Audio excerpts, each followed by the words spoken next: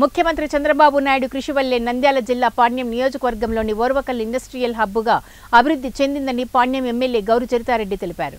కర్నూలులోని MLA ఇంట్లో నిర్వహించిన media సమావేశంలో ఆమె మాట్లాడుతూ ఎన్నికల సమయంలో రాష్ట్ర ప్రజలు అభివృద్ధిని కోరుకొని కూటమి ప్రభుత్వాన్ని గెలిపించారని తెలిపారు. ప్రజలకు ఇచ్చిన హామీలో భాగంగా ఓర్వకల్ను ఇండస్ట్రియల్ హబ్గా ప్రకటించి నిధులు సైతం కేటాయించడం జరిగిందని తెలిపారు. గత ప్రభుత్వంలో పరిశ్రమల అభివృద్ధి చోటు చేసుకోలేదని, కేవలం రియల్ ఎస్టేట్ దందాలు, భూ కబ్జాలు జరిగాయని ఎమ్మెల్యే తెలిపారు.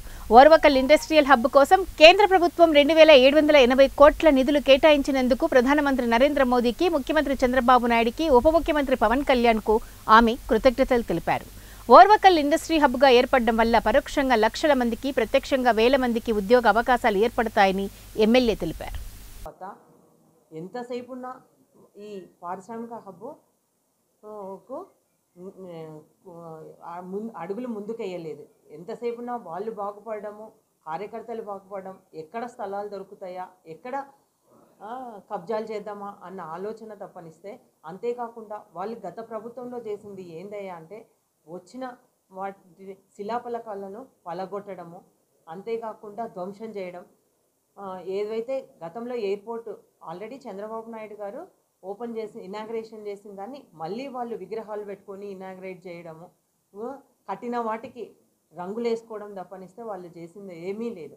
ఈ ప్రభుత్వం అధికారంలోకి వచ్చిన తర్వాతనే పారిశ్రామికంగా మన రాష్ట్రం అభివృద్ధి పథంలో నడుస్తుంది. మీకు అందరికీ తెలుసు, సెంట్రల్లో మనకి జూలైలో 23వ తేదీ కేంద్ర బడ్జెట్ విడుదల చేయడం జరిగింది. దాంట్లో ఆ రోజే మన ఆర్థిక మంత్రి నిర్మలా సీతారామన్ గారు ఓర్వకల్లును ఇండస్ట్రియల్ స్మార్ట్ సిటీగా ఏర్పాటు చేస్తూ ఉన్నాము అని ప్రకటించడం జరిగింది. చెప్పిన 50 రోజుల్లోపే మళ్ళీ దానికి నిధులు కూడా కేటాయించడం అంటే ఇది ఎంత మన రాష్ట్రం ఎంత పురోభివృద్ధి చెందుతుందో దీన్ని బట్టి మనకు అర్థమవుతూ ఉంది.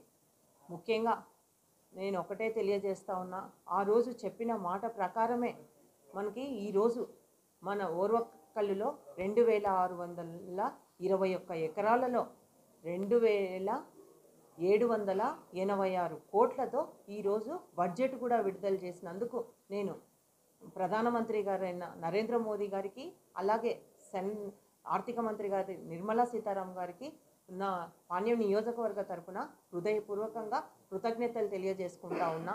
ఇక్కడ ప్రత్యక్షంగా పరోక్షంగా